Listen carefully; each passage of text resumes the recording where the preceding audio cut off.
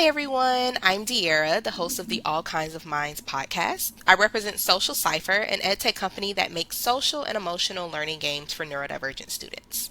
The All Kinds of Minds podcast is all about sharing tips, strategies, and insights to support the professionals who support neurodivergent youth. Today, our guest is Maj, an AuDHD special education advocate and former educator with experience working in charter, traditional, and alternative schools. Today, we're going to be talking about some of the biggest challenges in special education and actionable ways schools and educators can better support neurodivergent students. Welcome, and thank you for being here. Thanks for having me. So, can you tell me about your connection to the neurodivergent community? Big question, but yeah, so I am late diagnosed, obviously, but I also spent 12 years as a special educator, 4 years as a general education teacher, and I also was an instructional coach for now 14 years, and I specialize in neurodivergent teachers. So my connection professionally is that, and then personally, I have loved ones and family members with moderate and high support needs who are autistic and have other developmental disabilities. Okay, that's a lot of connections. Yeah, That's cool. I feel like that's such an underserved community.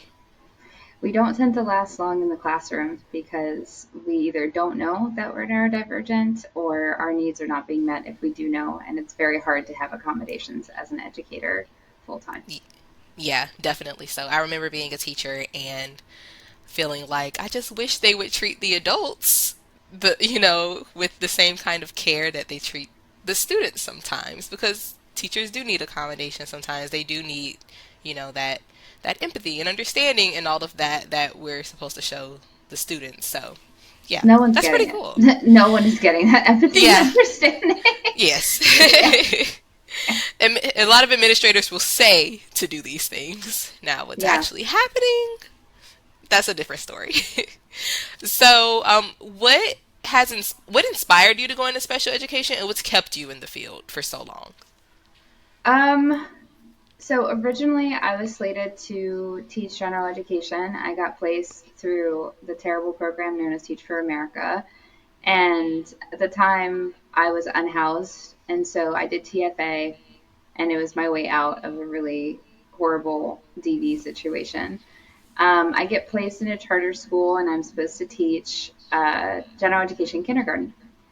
And I can't do it.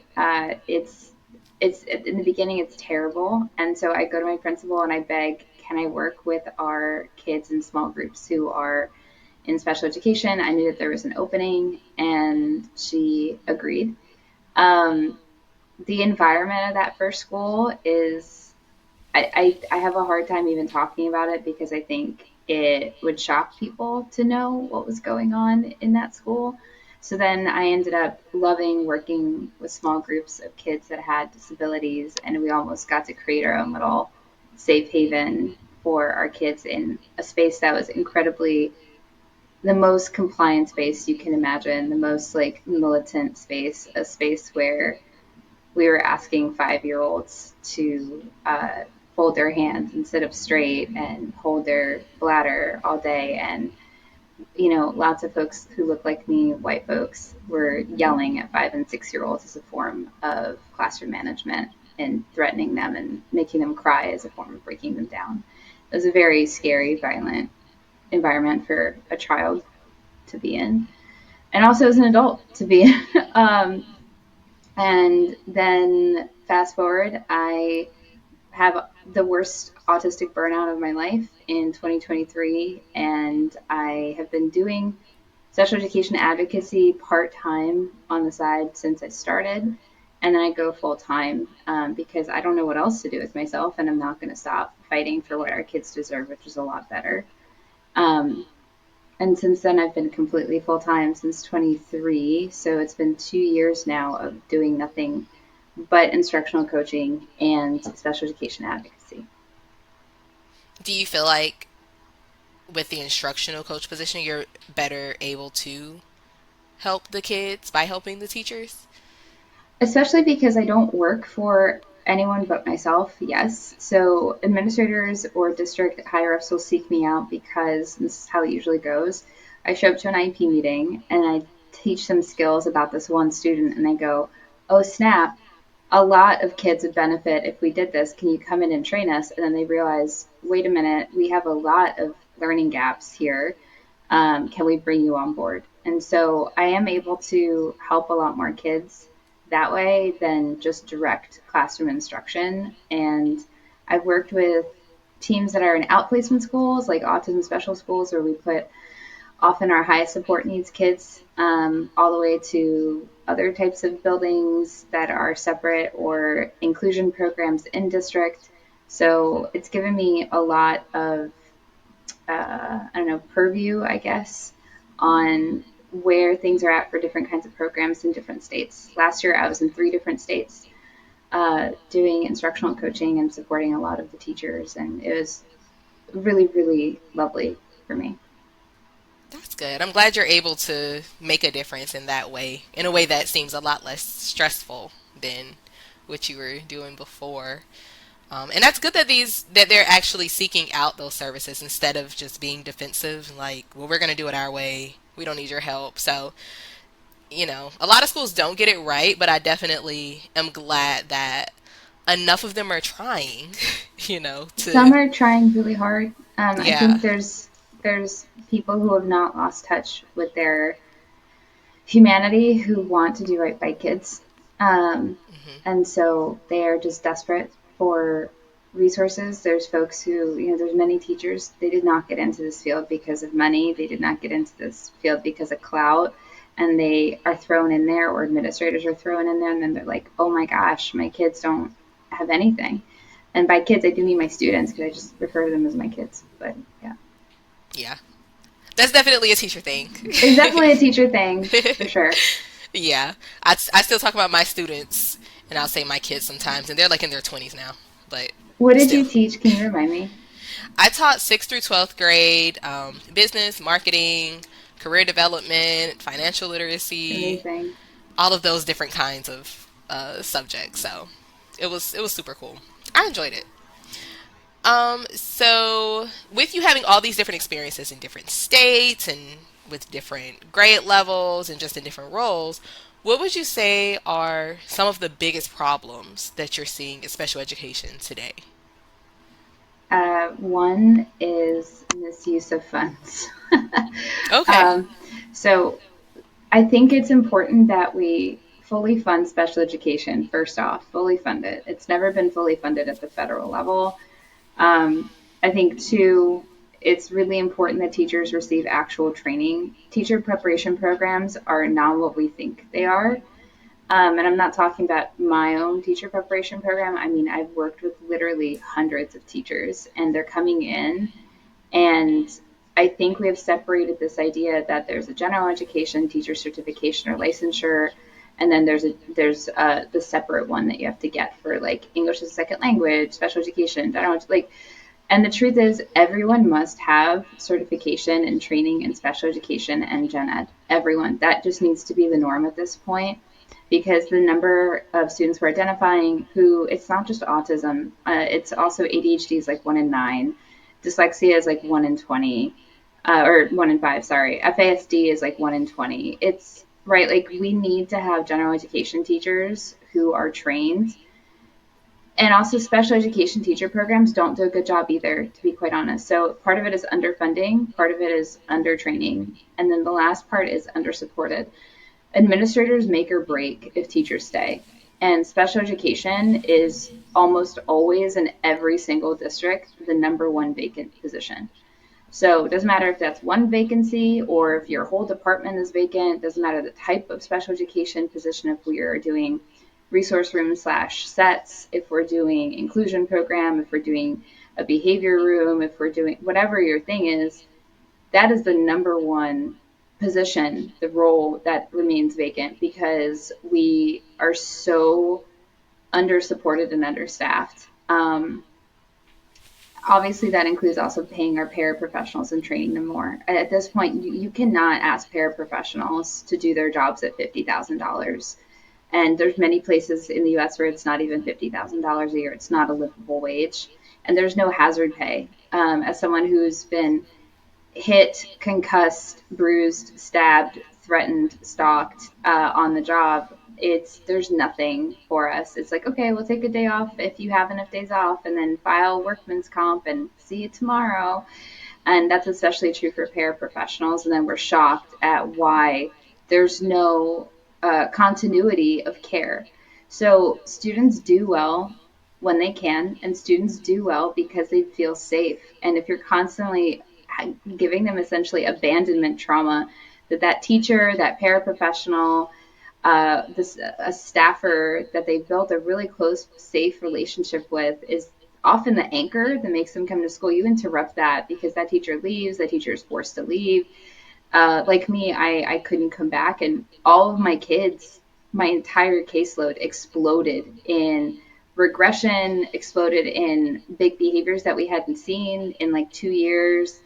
And it's not because I'm so magical, it's just because those relationships are so critical. And I think if we don't humanize the fact that these are children and you can't just put a warm body in front of them and expect them to feel safe, we're just recreating the same cycles of trauma. And this is especially true for children with very sensitive nervous systems who've experienced a lot of trauma. This is especially true for in Title I schools when we see white teachers trying to build relationships in with Black and brown students in urban settings, which is a lot of my background, and then they leave because they're like, "Oh, I did my job. I did my 2 years. I did my TFA, so I'm out now." And it's like that kid thought that you were going to be there for them, to until they graduate that part of their schooling.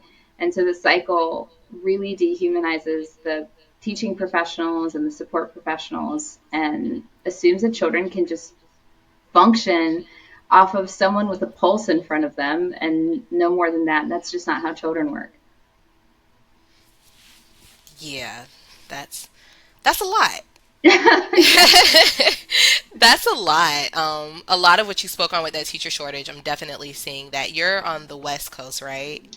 I'm currently on the West Coast. I'm from the East Coast and I taught on the East and West Coast, yes. Okay, so I'm in Georgia. And when you said 50,000 per paraprofessionals, I was like, paraprofessionals here would love that. I know. They, I don't think they even make $20 an hour No, because your cost here. of living is very different, and It is. if you're in a non-union state, it's also very different. Yeah, like the cost of living is a lot lower, but it's still not a livable wage what Nope. they make here, which is ridiculous. But I did want to ask because there's still this mass teacher exodus going on in addition to the teacher shortage that was already there. Hmm. And like you're saying, it still impacts the students. How how can schools balance that? Because on the one hand, teachers can't be forced to stay. They have to, do what's best for them. But on the other hand, the students are, especially the students who are in special education, like they get used to having this person there for them and expect them to be there. So how can schools balance that reality that teachers will leave? The number one reason that teachers leave is bad administration. It is Mm, administration that micromanages. It is administration that gaslights us. It is administration that doesn't treat us as human beings. I will give you an example. Uh, and this is a trigger warning for, I guess, I don't know, a lot of things.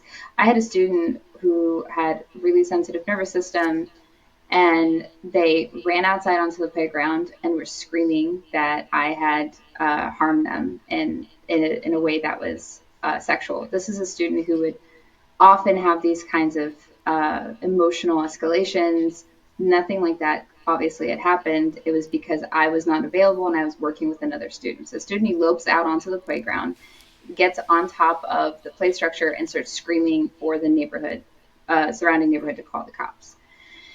We end up repairing with the student. They calm down. They have a 2 hour escalation, right? We end up letting them kind of offering them different things. They're screaming, whatever. Thankfully, the neighborhood, one, knew me, two, knew the school, and I think at some point was used to things happening that were unusual. It was incredibly stressful and incredibly scary. For me, one, I love this child. Two, my God, what if someone thinks this is what is really happening? At 3, what if police get involved and now she's in danger, right? Um, because she's so escalated, she can't be rationalized with at this moment. My principal asked me to fill out an incident report immediately after, and I'm visibly shaking. Like, I got the student home. I was bringing my team together to figure out what we were going to do different the next day, because the trigger was that I just wasn't available at the time that they needed help. Hmm. And my principal sits me down and makes me write an incident report right there, and I'm shaking, I like visibly, and I'm a person with really strong constitution. I don't get frazzled very easily. And I burst out into tears. I'm just so stressed and so frightened, and this has been so emotionally overwhelming. And my principal didn't even offer me a kind word and said, I just need that report in the next 20 minutes. That Oh, kind of wow. true. And I wish that that was rare. And it's not, again, I'm not, all principals aren't like this, all assistant Right. principals aren't like this, but that kind of treatment pushes people out. That kind of treatment, because you go, what are you supposed to do at that point? Not to mention, right, like, I'd radioed for help many times, and that administrator didn't come. Another administrator came who had 40 years experience and was very helpful to be a second adult in a situation where you absolutely need a second adult. Hmm. So honestly, it's the if we need to stop treating educational professionals like you're in a corporate environment. We are dealing with human beings who are teaching other human beings. So uh, I'm trying really hard not to cuss, but uh, think about how you would want to be treated at your job when you're dealing with incredible high stress. It is Yeah. incredibly stressful. And then treat your staff accordingly. And if you treat your staff like gold, not a jeans pass, right? Not like, don't give me that. Don't give me that. That's nonsense, right? If Paying you to wear my own clothes. Yeah, get out of here with that, right? If really be like, I'm so glad you're here. I had a foil to that type of administrator is a different one who would make sure every single day to check in with every single special education department and staffer, not even special education teacher. Hi, I'm here. Let me know if you need anything today. How are you doing? How's the week going? Right? I would work for that person for the rest of my life if she had stayed. Yeah. That's that's good to bring up, that administration plays a much bigger role than people tend to say. Yes. Yeah. Like we hear all the time about the pay, which is definitely an important part, but um the administration can definitely make you feel like I definitely don't get paid enough for this to You deal could have with paid this. me like $500,000 a year, and an abusive Mhm. administrator is not going to make the difference. Paraprofessionals Yeah. don't stay year after year because they are making a ton of money, regardless of what state we're talking about. So Mhm. if they have a special education teacher that treats the paraprofessional like gold and trains them, really gives them tools because they want to be helpful. Generally speaking, we assume the best of people. I know people listening be like, that's not my paraprofessionals. Well, listen, I when certain attitudes become entrenched, there's a lot of other restorative conversations that we have, and I train people on how to manage their staff in a way that feels actually restorative, not let's just passive aggressively ignore that we are having a bad vibe on team, and then we can't get anything done and everyone feels stressed out at work. But yeah, like you could have said, here's $1 million. Will you save? And I'm like, no, I'm absolutely not going to stay in a job where not only am I being actively like, my job is actively unsafe. Being a special educator for the most part is not a safe job. We get hurt on the job constantly. Same for paras. Um, so if then someone treats you like dirt while you're being hurt, no amount of money on the table is going to change that. Very true. Yeah.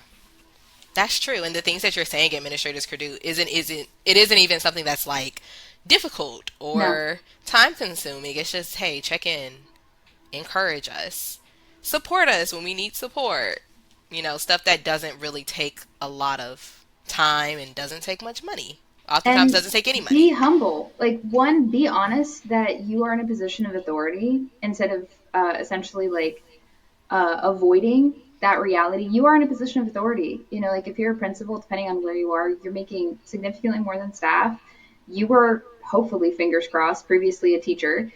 Um, and also be humble. Be like, I don't know what you need right now. How can I help you? Because you are the, as any good manager, and when I manage teams, I'm the conduit for getting someone who doesn't have their resources some resources. My job is not to lord over them and to make them feel more pressure than they already feel. I'm supposed to support, guide, train, advance, develop you. That is my job. And I think that that is so missing, especially when it comes to special education teachers, because we often get evaluated on the same rubric that general education teachers do. And that rubric doesn't capture our job at all. Yeah, not at all. Not at all. I'm getting a little ahead of myself with this question, but with you bringing up the way that um, special education teachers and general ed teachers are graded the same way, how do you feel like educators can balance like these academic performance goals that they have with, those non-academic goals that are equally and more important sometimes, like those social goals, those emotional goals, things like that? Because from what I've seen, they might not meet the academic criteria that they're supposed to meet, but they've grown so much in their social skills. And sometimes it seems like that gets overlooked because, well, they didn't, they're not on grade level for math. This, do you mean for special education Yeah, teachers? in special education. Um, I think there's a lot of different issues that pop up in my mind with your question. One is we provide curriculum to special education teachers sometimes. Sometimes you don't even get curriculum. You have to figure it out on your own. So, one, train all special educators in the science of literacy. All of us need to have access to high level, like dyslexia based instruction. We need to all be trained in that. Like it, at this point is non-negotiable. If we really want to make a difference academically, we need to be teaching kids decoding and coding fluency. We can't, we just can't move the needle. So there's one issue, which is curriculum, and then also training in how to enact that curriculum. Well, I'm Wilson trained, right? I've been Wilson trained since 2013, I think. I've seen the power of a kid who's 14 that was at kindergarten level reading functionally at a third grade level by the end of 1 year. I've had kids grow 4.7 years in 1 year. That took an extra hour of my time out of the week to work one on one with that student. But I needed to know how to enact that curriculum. I can't just give the materials to someone and be like, okay, Bob, you figure it out, right? Like that you need to be actively trained in it. So there's one. Two, I think we need to understand that a lot of our concepts about child development are based on neurotypical standards, and we do not function with neurodivergent students. And it's not just autism and ADHD. I mean dyslexia. I mean students who have emotional disabilities. I mean students with Down syndrome and other developmental disabilities. I need people to understand developmental milestones are different for us. So while we have high expectations and we provide high support, we also know that the same parts of the brain involved with learning are the same parts of the brain involved with fear. So if a student does not feel safe, they are not actively able to gain those academic skills. So in fact, to me, it's like often we are putting the cart before the horse. If a student has a sensitive nervous system for trauma reasons, disability reasons, whatever, they need to first have that affective, meaning emotional filter, come down in order for them to be able to learn. To quote my grandmother, who passed a year ago, she was a Black woman in Baltimore County who was a special educator for 33 years, specializing in elementary school autistic kids. A kid who's hungry, a kid who's scared, a kid who's tired cannot learn, right? And so I think often we push past those basic needs, and then we say, well, they grew socially and now they're, able to advocate for themselves better, or they've made a friend this year. And that's not valued in a place where we've gotten to with standardized testing. And I understand, having been the person that does evaluations for other special education teachers as department chair or in a dean role, an instructional coach role, I get it. So I'm always modeling how to move the needle academically, but never ever sacrificing that social connection that kids have. So I wish that if I'm being graded on something, evaluated on, oh, only this percentage of your kids made academic goal growth in math, my question is thrown back to the administrator. What training and support have you provided to that Mm. teacher? What curriculum have you provided that teacher? Can you model how to do it? Can you get me someone who can model how to do it? Because that is your job as the conduit to the district's higher up resources. Hey, yes, I'm a teacher. Imagine that I'm a second year special education teacher. My kids did not make a lot of growth in their math skills. My question is, how does just telling me that I didn't do that solving anything for these kids? Yeah. And it's often Don't coming from someone who hasn't been in the classroom in a No, very and I'm long and time. instead of backing off of that discomfort, be like, hey, I noticed this is what I would do. This is what I do as an instructor. I noticed that your kids are not making growth. I came in and I observed your math lesson, and I don't understand everything. Can you tell me more about kind of where this comes from? Where did you get your materials from? Can I see the kids' goals? Okay, what I think would be helpful is I'm going to get an instructional coach, or I'm going to get someone from the math department to come in and observe a lesson and see if they can help you modify your instruction to see if we can make some changes here, because I think that'd be really helpful. Don't worry, you're not in trouble. I just want you to continue growing. I really appreciate you investing so much in our kids. Can we come together and make a plan of what do you want from this person coming in, and let's make a goal around that. Why is it so hard to do that is because of ego. Because at the end of the day, these are adults with egos instead of prioritizing what is best for a child or multiple children. I know your teachers love you. Yes. You sure you don't want to go back and become an administrator? No. I get it. So, okay, so we've talked a lot about, where the administrators are falling short in supporting the educators, but are there certain areas where you feel like the educators fall short in supporting their neurodivergent students? Just areas where they can improve in the classroom? Uh, One is I know we don't have enough prep time to do it, but you need to read the IEP and you really need to mark it up. If something doesn't make sense, go and talk to the case manager. I'm not pretending that every case manager is an angel on earth and is going to be able to explain everything to you or be available to you. If something doesn't make sense, at least ask the parent or Google it. Be like, oh, I've never heard of Angelman syndrome. Oh, I've never heard of this genetic disability. Oh, like at least just maintain curiosity. And it's very difficult to maintain curiosity when you're in a fight, flight, freeze, fawn state. I mean, it's very difficult. The same, I get that emotionally, but I think reading the IEP is critical. Do not just read the one pager. Do not just read that one page summary.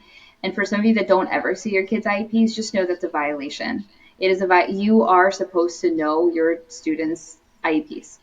That's one. I think two, have proactive conversations about what works for kids before things get really explosive. I think just ask parents if, and again, I'm not pretending every parent's going to be the most communicative or has the most availability, but ask parents, what are you doing at home? Instead of telling parents what to do, listen first as to what is working with the student. Is there a tutor that the student goes to? Is there a grandma that the student has or an auntie who really has a good understanding of how, Timothy functions? Timothy really struggles to get work done at school, but man, can I talk to, Auntie Cheryl? Auntie Cheryl sees him for after school childcare, and she really has a good grasp on Timothy. That's going to be a wealth of information. I think the last thing I would say is ask and push your administration to give you training. Get everyone on staff to be like, hey, so we're seeing, and this is happening everywhere in kindergarten and first grade especially, and I have theories on why, but across the board, we saw much bigger externalizing behavior coming back from lockdowns. And this is across the board all the way through 12th grade. So what's the training that the district's providing? What additional supports is the district providing? Because your old toolkit is not going to work anymore. And essentially now you have to understand that kids have an attention span that is much shorter than it used to be 5 years Hmm. ago. Much shorter. Mine too. Yeah, I mean, they put, and again, I'm trying to stay appropriate, but they put crack in my hand, right? They Yeah. gave me TikTok, and now I'm it's terrible. Uh, it used to be Instagram was bad or YouTube Shorts, and now you put this brain addictive dopamine machine in the palm of my hand, and kids are the same way, Right. right? I think too, the last thing I would say for understanding neurodivergent kids is teachers need to learn how to regulate themselves. The number, and it's Mm. very hard because you are in a war zone sometimes. I'm just going to be Yes. honest.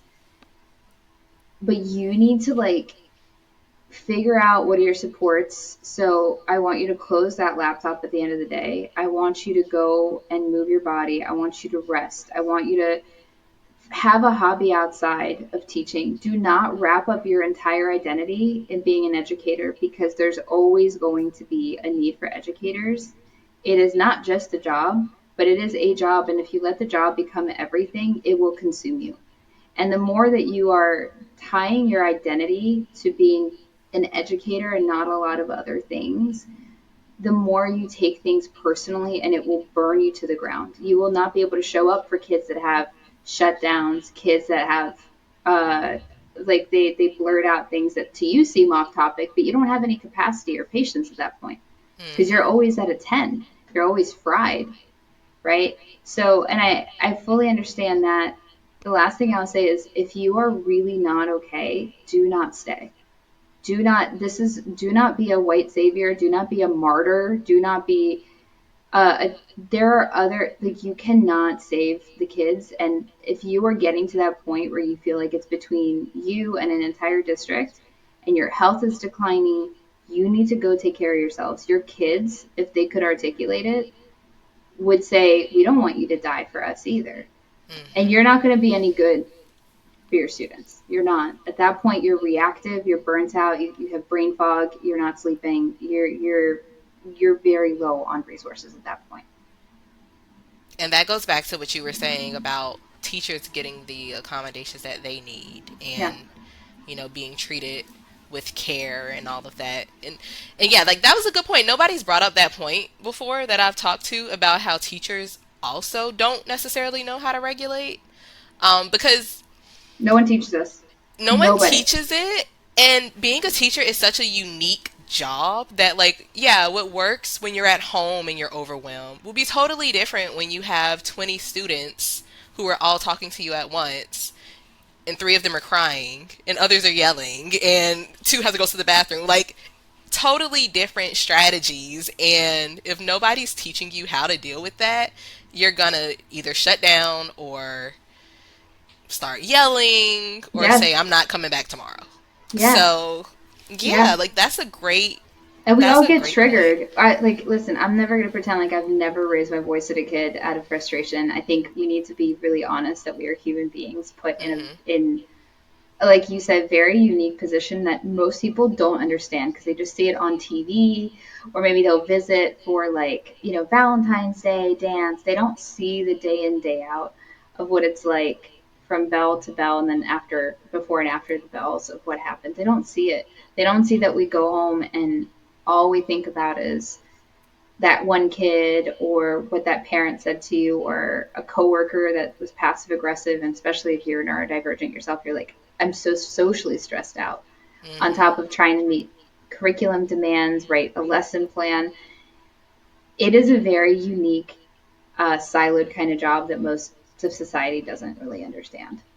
Yeah. Especially because, like, a lot of the students have experienced like trauma and different things Yes. like that, and so Yes.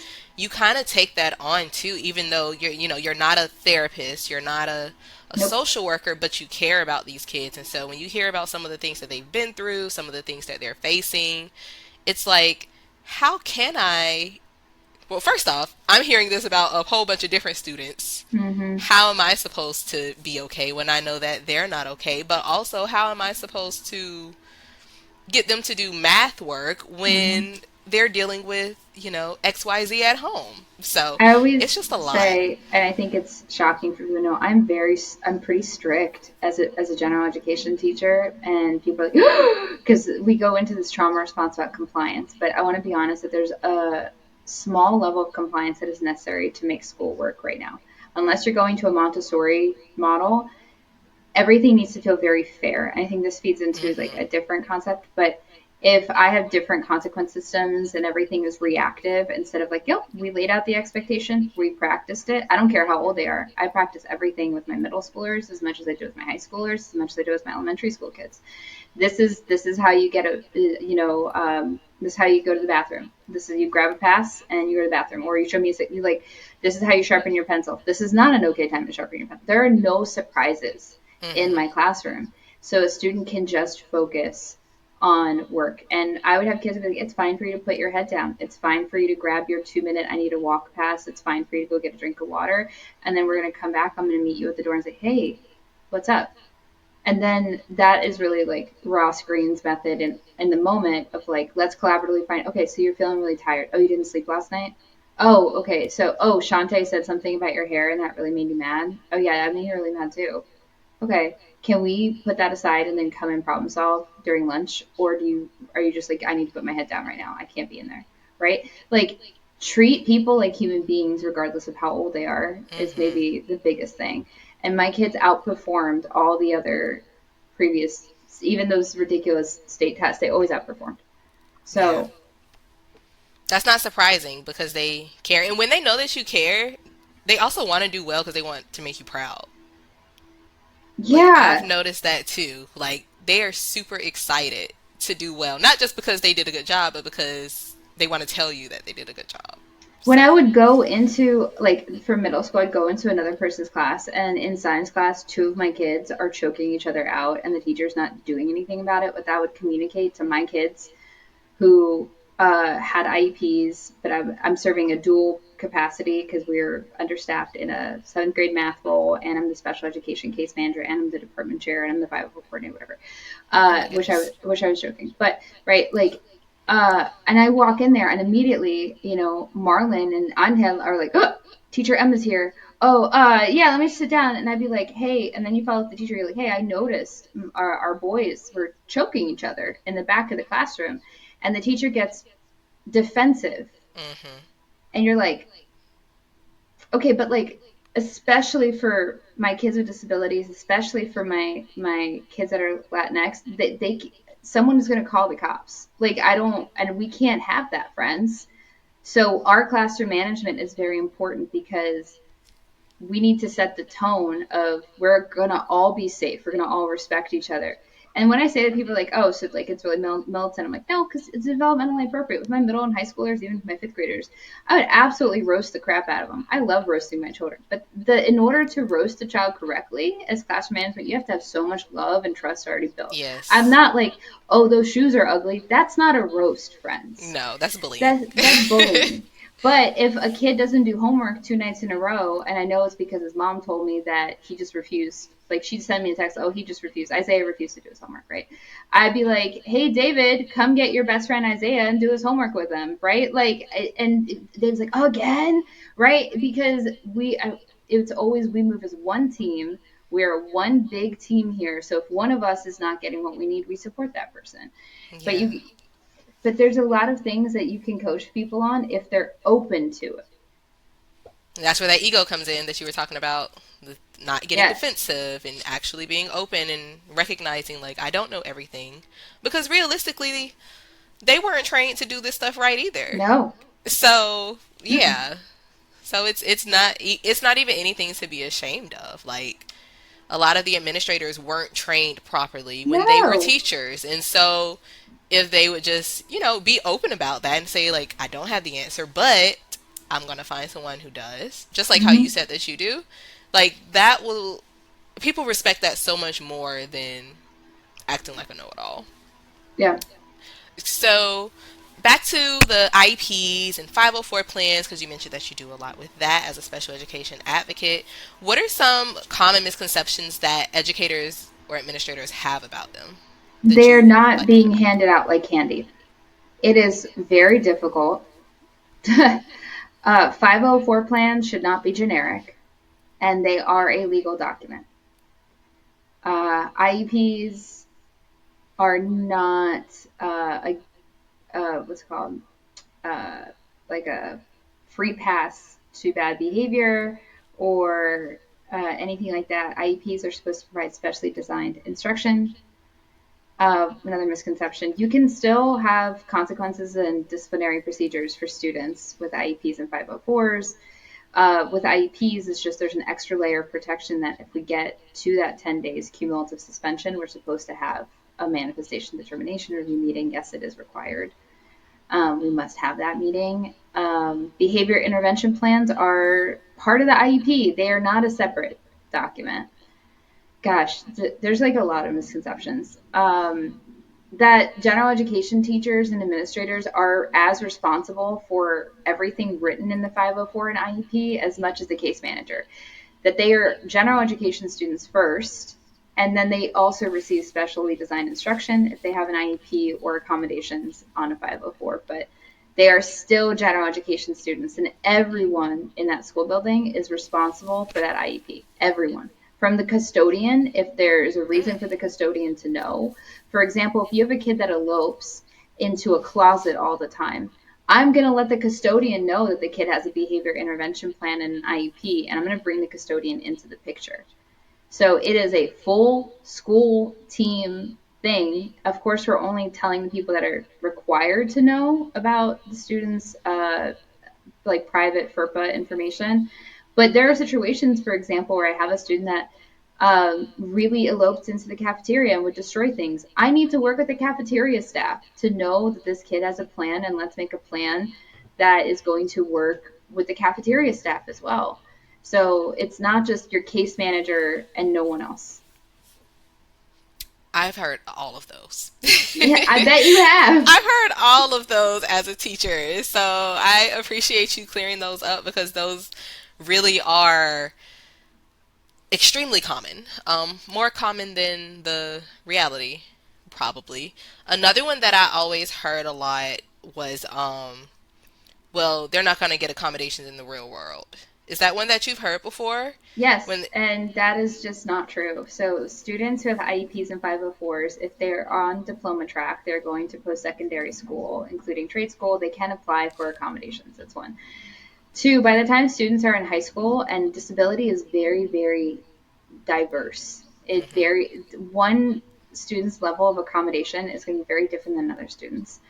We are working on students understanding their brain and their body and being able to navigate their accommodations. We cannot not provide those accommodations, but students have to start to develop an awareness about why certain accommodations work with them. So that way they are going to be the one that has to advocate for themselves if they go to post secondary education. For our students that are not going to be able to go to post-secondary education and instead are going to do, something in the community, live at home, have supported education or employment, like through job coaching on site, those students are going to need accommodations for the rest of their life, and it's just ableism. Many people, I'll give you an example of the highest one, the spiciest one to talk about. Oh, the student isn't going to have a one-on-one in real life after school, so why do they get a one-on-one now?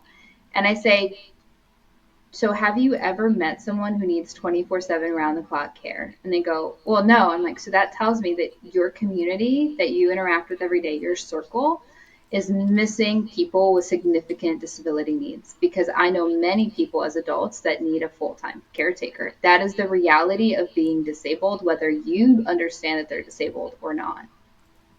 hmm The last thing I'll say real quick is not giving a student accommodations is like taking off my glasses and telling me to drive a car. I will not only not be able to drive a car, I will crash into everyone else. That's a good analogy. Thanks. Yeah. And something that you said about, The difference will be that they have to advocate for themselves. That's why it's so important to teach self advocacy Yes.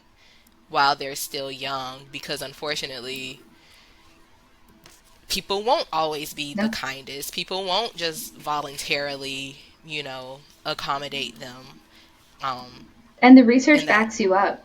The yeah. research backs you up on that because we have almost 20 years of research that when students do go to post secondary education, whether it's trade school or higher ed, that self advocacy and understanding their disability and knowing their rights is like the biggest determining factor of their ability to stay instead of dropping out or failing out. Mm. Yeah, that's important. And that's not something that is, academic, but No, it's super important for life, which school is supposed to be preparing you for life. I don't care if Um, you could write a 5 page essay about some dead Englishman, whatever. I care if you can keep yourself safe and navigate the world, to be quite honest. So, right, right. Okay, just two more questions because I could go on for a while. So, oh gosh, I'm trying to figure out which one to ask. the one quick change. Yes. What is one quick change educators can make to better support neurodivergent students? If you have a student who you know or suspect is some kind of different, has a disability, something, especially if it's not a physical disability, but even if it is, have a private conversation and check in with that kid about, hey, what is working and not working for you? That's it. And that's not difficult to do. Finding the People time is hard. underestimate. Yeah, finding the time is hard, especially when you have multiple students. But I think sometimes people underestimate how just asking that kind of question, having that kind of conversation can really make a difference Yeah. for a student because it makes a difference for adults. It makes a Mm-hmm. difference for neurotypical adults to just have somebody ask them how they're doing and offer support. So, yeah. Um and then so our last podcast guest, she did something similar as you, and she talked about how sometimes IEPs are written to protect the school versus to actually support the student. So what would you say that schools can do to make sure that the IEPs are meaningful rather than just performative? So, for folks that don't know, an IEP is a legal document that the school district is promising a free and appropriate public education as documented in the IEP. Whatever it says in that document is what the school district is supposed to deliver. That includes the prior written notice, that includes the behavior intervention plan, that includes any addendums or amendments. The reason I say that is I think what makes the biggest difference is having conversations about how are you going to teach that skill? What does that look like? Can you show me work samples?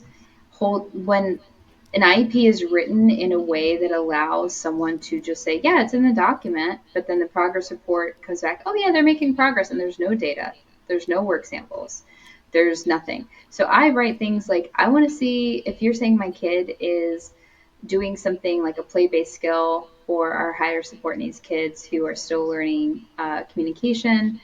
I want you to photos of their work or a video of them playing. Show me a portfolio of them actually doing the skill. And that's how I write it in a way that like you can't really falsify it. The other thing is the conversation when we're having IEP meetings. The worst kind of IEP meeting is when they read it to you line by line and they go, okay, do you agree? So there's lots of strategies I could talk about a different time about how to avoid that. But essentially, as for the parent or the guardian, I say, hey, we've already read it in advance. Send your parental concerns, and I want to talk about how these things are going to be taught. What is this going to look like? What is this going to sound like?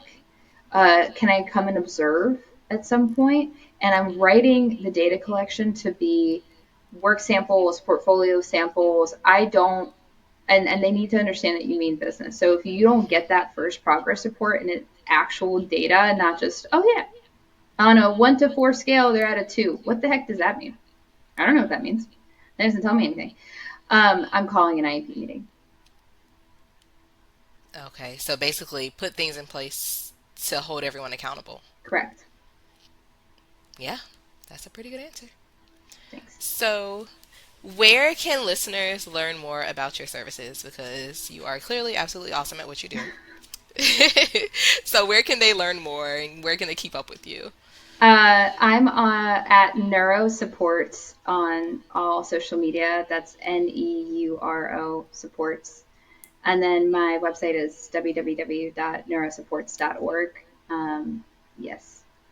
Okay. Well, thank you so much for this Thank you. conversation. I feel like we're cutting it so short because we could have just kept going, but I truly appreciate it. And I know that this is going to really help the administrators and educators who listen.